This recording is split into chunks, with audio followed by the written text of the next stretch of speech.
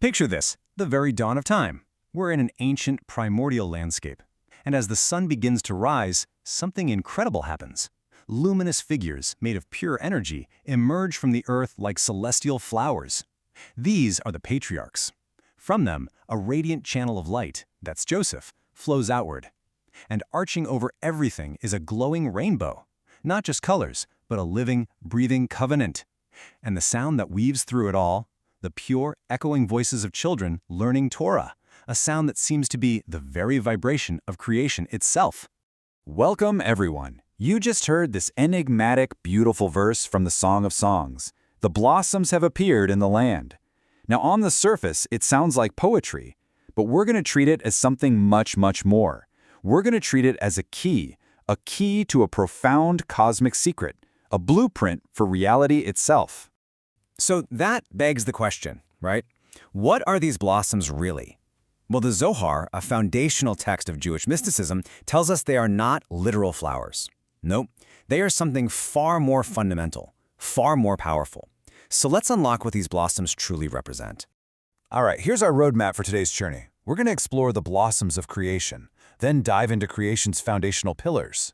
After that, we'll look at the righteous channel, the sustaining life force that powers everything, and the covenant in the sky.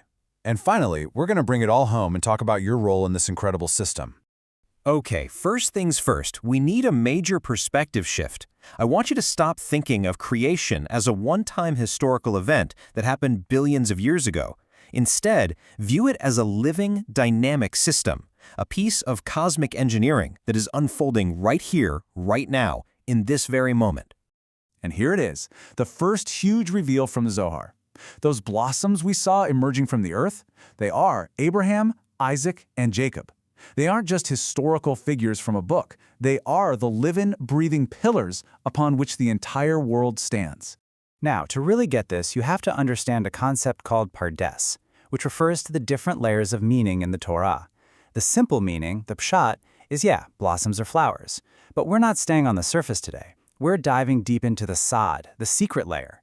And down here in the sod, these blossoms represent a vast system of divine energy, with the Patriarchs right at its core.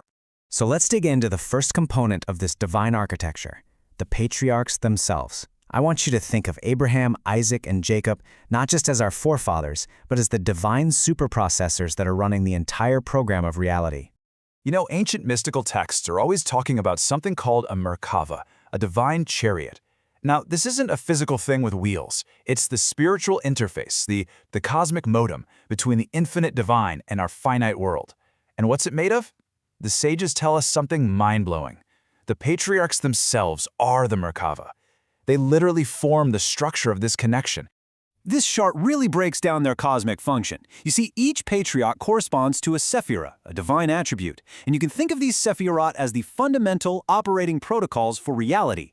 In our cosmic engineering model, they're the protocols. For the gamers out there, think of them as the original heroes, each with a unique, world-shaping power. First up, we have Abraham. He is Chesed, or loving kindness. This is the expansion protocol. It's pure, unconstrained, outward-flowing energy. It's the universe's fundamental drive to just give and grow and expand infinitely. In our video game, he is the hero of light for sure. But infinite energy with no container just dissipates into nothing, right? It would just go poof. That's why we need Isaac. He embodies Gevurah, discipline, severity, structure. This is the boundary protocol. Gevurah creates the vessels, the rules, the limits needed to contain that infinite light of Chesed. In our game, he is the hero of order. So now you've got these two totally opposite forces, expansion and contraction, giving and restricting. What keeps the whole system from tearing itself apart? Well, that's Jacob. He embodies Tiferet, harmony and beauty. He is the balancing protocol, perfectly blending Abraham's fire hose of giving with Isaac's structured containers to create a stable, beautiful reality. The mystics actually call this principle emet, or truth. He is the hero of worlds. And don't just take my word for it. The Vilna Gaon explains this perfectly. He says the Patriarchs correspond to the first three letters of the divine name, encompassing the entire chariot. And he emphasizes that Jacob is the choice of the fathers because he is the synthesis of the other two. They aren't three separate pillars, they are one, perfectly unified system. Okay, So we've got this incredible, stable power source generated by the Patriarchs. Awesome. But how does that energy actually get from their supernova level down here into our physical world? There has to be a conduit. The answer, my friends, is Joseph. He corresponds to the Sephirah of Yesod, which means foundation. And this is so key. If the Patriarchs are the power plants and the processors, Joseph is the main data pipeline. He is the one who gathers all their harmonized energies and funnels that divine flow, that Shefa, into our world. So here's how the flow works. First, the balanced light from the Patriarchs is gathered together. Then, it's all concentrated into a single point. That's Joseph's function, Yesod. From there, that concentrated flow is transmitted. It's beamed into our world, Malchut, providing the very life force and nourishment our reality needs to exist. Without this channel, all that power would just stay up there, completely abstract. And you cannot overstate how indispensable this channel is. There's a quote from Chesed Avraham that powerfully illustrates this. It says when Jacob, the balancing force, passed away, the system didn't totally fail because the pipeline, Joseph, was still there. But when Joseph died, the light darkened completely. The connection was lost. So here are two analogies side by side. In the cosmic engineering model, Joseph is the central data bus, the main router, taking all the processing streams and beaming them to the user interface, us. In the video game model, he's the ultimate channeler, gathering the sacred energy of the first heroes to unlock the world's life force for all the players. All right, so we've got the architecture, the Patriarchs. We've got the pipeline, Joseph. But what's plugging it into the wall? A system this complex needs a constant source of energy to keep from collapsing. So what is that fuel? You know, this is such a core mystical idea. Creation isn't something that happened. It's happening right now, this very second. The universe is being actively created and recreated every single instant. And the Zohar teaches that if that divine flow were to stop for even a fraction of a second, the whole universe would just revert to nothingness. So where does this constant, sustaining energy come from? The Zohar provides an answer that is, well, it's just stunning. It says, the world is sustained by the breath of school children in their study. And this is not a cute metaphor. The mystics teach that the purest, most potent spiritual energy that fuels creation is the sound of young children learning Torah.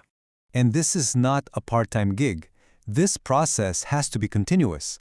The system requires this Hevel shel tinokot shel Beit Rabban, this pure, uncorrupted breath flowing into it constantly, 24 hours a day, 7 days a week, 365 days a year.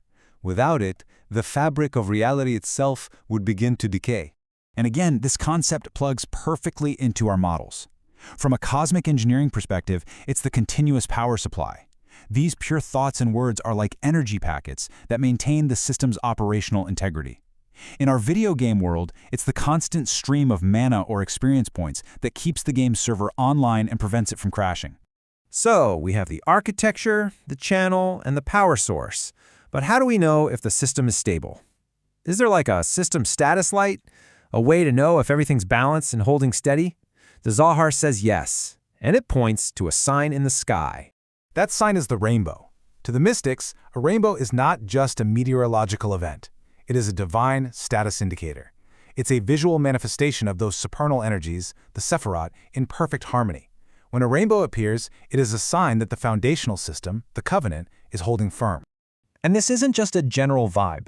The connection is incredibly specific. Mystical commentaries explain that the rainbow's primary colors correspond directly to the Sephirot of the Patriarchs. The white light represents Abraham's Chesed, the red is Isaac's Gevurah, and the green at the center represents Jacob's Tiferet, holding it all in balance. The rainbow is a literal image of their balanced energies.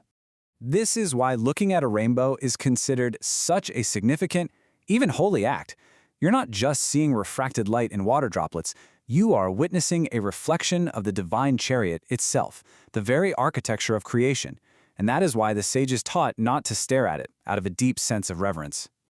Okay, let's bring all of this home. We've explored this incredible cosmic blueprint, the pillars, the pipeline, the power source. But the most crucial part of this whole thing is what it means for us, for you and me, right here, right now. This really sums up the whole circuit, right? Energy originates from the source pillars, the Patriarchs.